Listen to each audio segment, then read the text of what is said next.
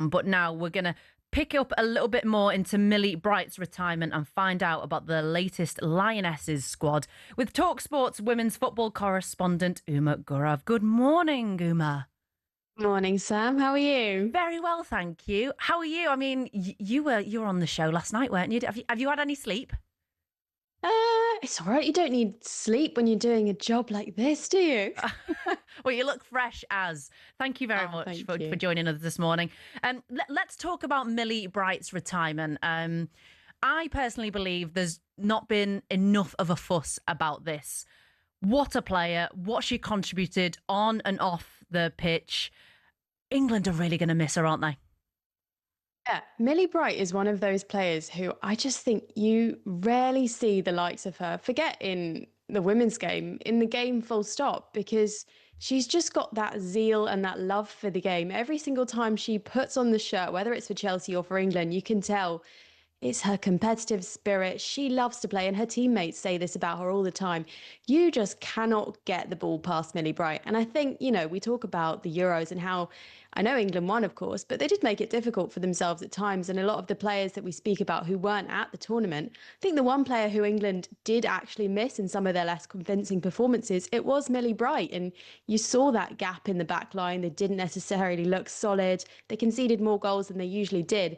And that's because she wasn't there. And it's really hard to see her go. I know Nick yesterday compared her to John Terry, and I think she is that figure in the game who leaves such a gap. On Sunday, I was down at Kingsmeadow where Chelsea women play their home games, and she was celebrated for making 300 Chelsea appearances. And it's a shock that she's still in full flow for Chelsea, doesn't show any signs of giving up there. And Was yet that one of now the she's reasons why she has retired, do you think, from international? Because she didn't feel that she was able to contribute 100% to both. So she's gone on to prioritise Chelsea. Yeah, I think it's a hard one because obviously now you're looking at a lot of a lot of the members of that squad and thinking, yes, they've kind of won the Euros now. Maybe they're looking ahead to different career goals, and it's no secret for Chelsea women. They want to win the Champions League this season. That's the one that they haven't won. It's the trophy that isn't in their cabinet. And they're really, really keen to get their hands on it. And perhaps that's contributed to her decision. She's got a podcast, of course, with Rachel Daly, where she spoke about how it was the right time. And there was actually some confusion, I think, in the press conference with Sarina Wiegman, because Sarina Wiegman kind of indicated that actually Millie Bright might have made this decision a few months ago, but has kind of Wow. only released the Made it decision now. concrete. Well, I mean, when you look at now she's retired, like you said, leaves a massive hole. But then you look at the likes of Leah Williamson, Jess Carter, Esme Morgan, Alex Greenwood, all did a solid job at the Euros this summer as a centre-back option. Another one of those names for Sarina Wiegman is Manchester United's Maya Le Tissier. Now, you know where I'm going to go now, don't you?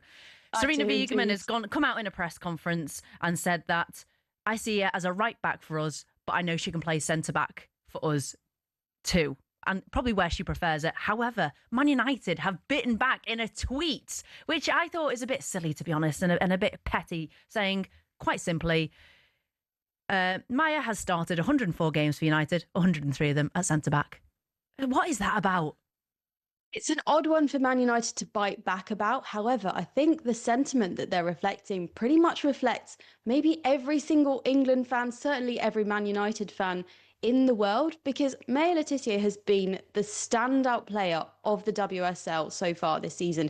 She's their captain. She's only 23, and yet she's just been exemplary of the kind of form that Man United are in. I think, they're title challengers, and that's largely because of her. And she is a centre back. So She you plays saying fantastically there. if she started in an England lineup, you'd put centre back?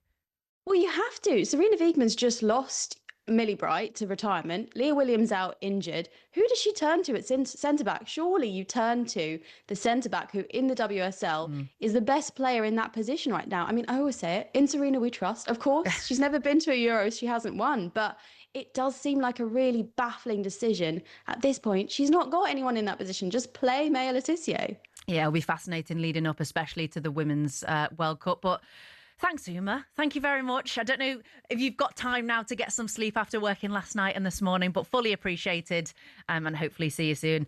Remember as well, you can get the Women's Football Show podcast on the talkSPORT app or wherever you get your podcasts.